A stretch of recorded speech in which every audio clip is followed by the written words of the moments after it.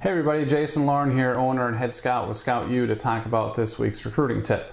So this week what I want to talk about is JUCOs. So JUCOs, what that stands for is junior college. So the major organization for junior college is called the NJCAA, which stands for National Junior Collegiate Athletic Association.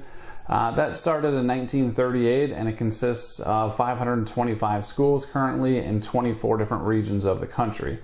There are 25 sports, combined men and women, in the NJCAA, and they offer scholarships at the Division I and Division II level, but not at the Division III level.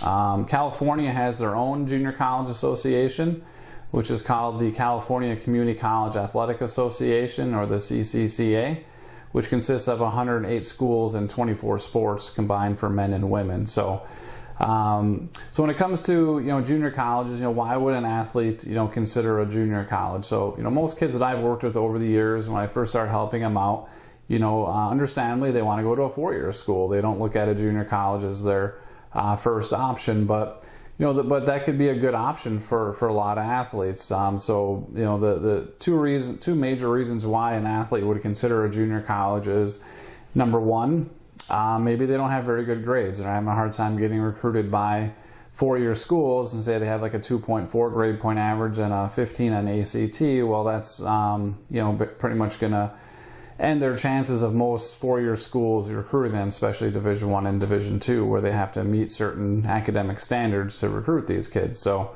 that could be a reason. So some of these kids could be excellent athletes, just not cutting it academically. So junior college could be the only or the best route for them. Another reason why an athlete would consider a junior college is because it gives them a second chance to get recruited. So for athletes I've helped out over the years, especially if I start helping them during their senior year, I encourage those athletes to strongly consider junior colleges.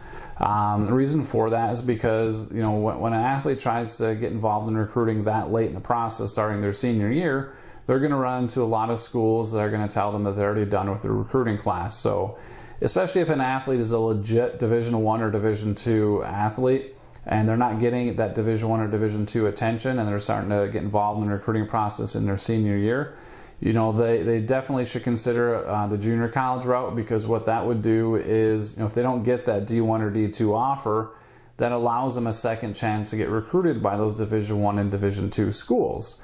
Because then once they're at that junior college, those four-year schools can continue to recruit them.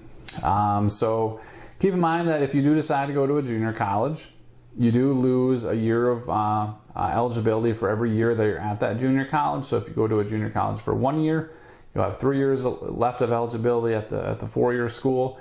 If you go to a junior college for 2 years, you'll have 2 years left at the four-year school. So to give you a quick story on somebody that I'm sure most people are aware of is Aaron Rodgers. Green Bay Packers quarterback that you probably wouldn't know who Aaron Rodgers is if it wasn't for junior colleges. So his story was, out of high school, he didn't have any Division I offers. So instead of going to D2 or D3, he decided to go to a junior college in California. And from there, Cal discovered him, and the rest is history. So junior college can be a really good option for a lot of athletes. And one thing to keep in mind with junior colleges as well is they can be really, high level, athletically. So don't look at a junior college as being a low level. Some of these programs could compete with NCAA Division I schools. For example, a lot of baseball players at the JUCO level will get drafted by Major League Baseball teams.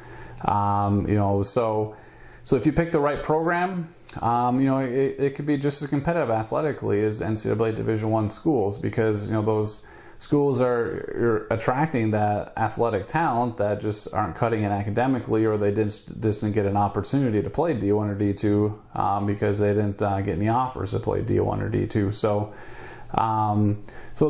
to keep that in mind with junior colleges too, is that when you're looking at a junior college, one of the first things you should be looking at is look at the recent history of that junior college and their success rate of placing kids at four-year schools, and if they still have the same coach there. So that can make you feel a little more comfortable that if you go to that junior college, you're going to have if you play well, you're going to have a good opportunity to move on to a four-year school.